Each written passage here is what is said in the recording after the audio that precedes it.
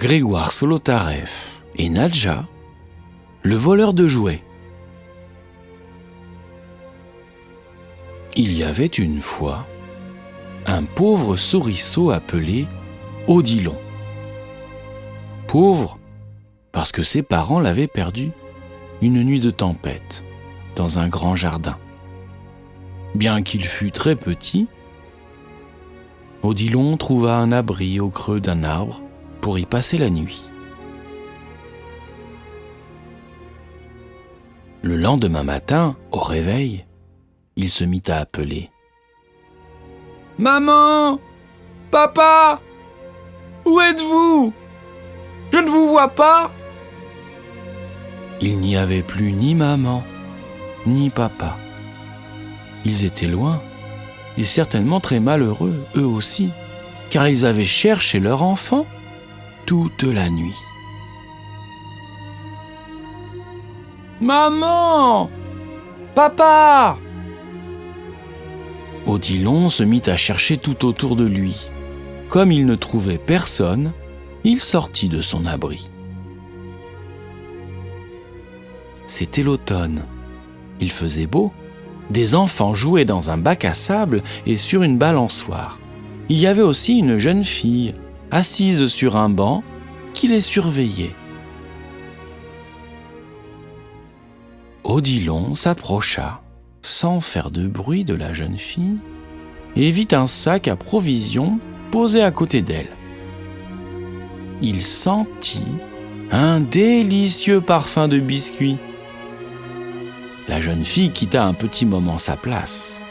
Il n'en fallut pas plus à Odilon pour s'emparer du sac et prendre le paquet de biscuits avant de s'enfuir derrière un buisson. Là, il examina le paquet, l'ouvrit et mangea tous les biscuits. Ah non, il n'avait plus faim, Odilon. Il avait même mal au cœur et il avait soif. Alors, il retourna près du banc pour y chercher de l'eau ou un jus de fruits.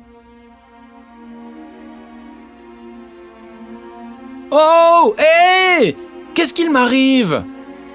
Odilon, tout d'un coup, fut soulevé du sol, emporté dans les airs. Puis atterrit directement dans une cage devant un énorme, un affreux, un épouvantable rat. « Eh bonjour toi !» dit le rat. « Vois-tu, j'adore les jouets. Il me faut chaque jour des jouets neufs. Je suis voleur de jouets. J'ai cru d'abord que tu étais une peluche et je me suis emparé de toi. Au fond, je suis assez content que tu ne sois pas un jouet car j'ai besoin d'un petit assistant, d'un assistant qui soit justement tout petit, exactement comme toi. Avec ta taille ridicule, tu pourras convenir parfaitement à un certain travail. Sais-tu voler ? » ?»« Mais non, » dit Odilon. « Je suis un souriceau, pas un chauve-souriceau. »« Idiot, je ne dis pas voler avec des ailes, mais voler avec les mains, comme un voleur, comme moi. »« Ah, voler dans ce sens-là ? Non, je ne sais pas. »« Comment fais-tu pour te nourrir ? Et tes parents ? Où sont-ils tes parents ? » Je ne sais pas, dit Odilon. Et il éclata en sanglots. « Allons bon, voilà bien ma veine, dit le rat. Je déteste déjà les gosses, alors les gosses qui pleurent. Pour une fois que je tombe sur quelqu'un qui pourrait me servir, c'est un pleurnicheur de malheur. »« Je ne suis pas un pleurnicheur de malheur, s'écria Odilon, furieux. Je suis un enfant perdu. Et les enfants perdus pleurent toujours. Et puis d'abord, je sais très bien voler. Qu'est-ce que vous croyez, espèce de gros sac de graisse ?» dit-il en séchant ses larmes avec sa petite patte. « C'est même exactement ce que j'étais en train de faire quand vous m'avez attrapé. »« Il me semble malheureusement avoir affaire à un souriceau intelligent, » se dit le rat. « Je ferais bien de m'en méfier si je ne veux pas qu'il me joue un tour. »« Alors, monsieur le rat, quel est ce travail que vous me réservez ? » demanda Odilon. « Eh bien voilà. Le rat, après avoir menacé Odilon, lui expliqua ce qu'il fallait faire. Et Odilon lui obéit.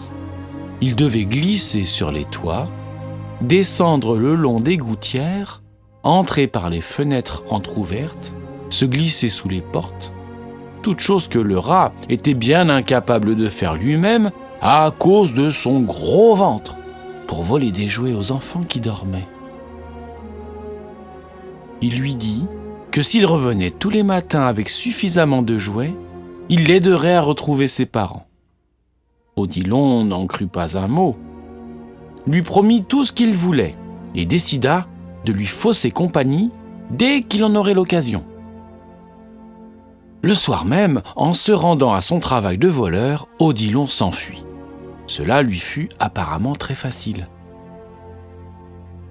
Mais le rat n'était pas bête. Il le rattrapa, le punit et le surveilla ensuite dans ses moindres gestes, dans chaque rue, au coin de chaque maison, sur chaque toit, devant chaque porte. Le gros rat accompagnait et attendait le souriceau. Bien vite, Odilon n'essaya plus de s'enfuir. Il se dit « Patience, mon jour viendra ». Odilon devint donc voleur de jouets à son tour et le rat ne voyait plus la nécessité de surveiller le souriceau qui revenait bien sagement chaque matin avec sa petite charrette à bras chargée de jouets. Il resta donc chez lui et ne fit plus que manger, boire et dormir parmi ses jouets. Un beau jour, il ne put même plus se lever de table tant il avait mangé. Jamais personne n'aurait imaginé qu'un rat pût devenir aussi gras. Odilon se dit « Mon jour est venu ». Il se leva et s'en alla tranquillement, certain que le rat ne pourrait jamais le rattraper. Après avoir erré des jours et des jours sans manger, il sortit de la ville et vit deux malheureuses souris au bord d'un chemin qui mendiaient. « Bonjour, dit Odilon. Vous n'avez pas de quoi manger non plus? C'est pour ça que vous mendiez? Eh oui, répondit l'une d'elles. Moi, je me suis cassé la patte et ma pauvre femme ne peut plus courir. Elle a le cœur fragile depuis le grand malheur qui nous est arrivé. Comment veux-tu que nous continuions à voler notre nourriture quotidienne, petit ? Ah, parce que vous aussi, vous êtes des voleurs ? Demanda Odilon. Mais toutes les souris sont des voleuses, mon pauvre ami. Comment crois-tu qu'elles se nourrissent ? Ce n'est pas mal de voler pour des souris, si c'est pour survivre.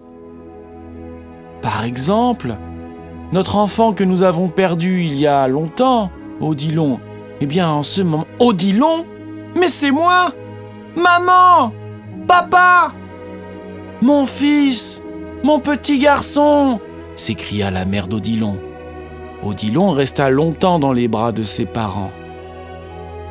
Ensuite, il leur raconta la vie qu'il avait menée chez le voleur de jouets.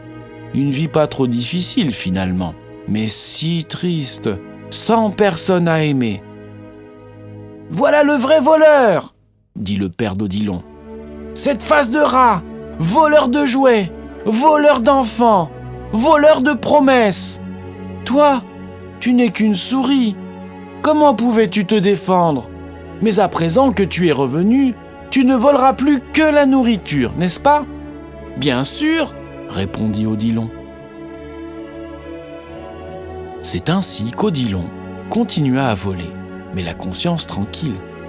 Les jouets, il les laissait aux enfants, d'autant plus qu'il avait beaucoup grandi et qu'il n'en avait plus vraiment besoin. Ils vécurent tous les trois des années et des années, loin de la ville où Odilon ne se rendait que pour voler du saucisson et du gruyère. Quelquefois seulement, à Noël et à Pâques, il volait un peu de chocolat pour ses parents. Mais très peu.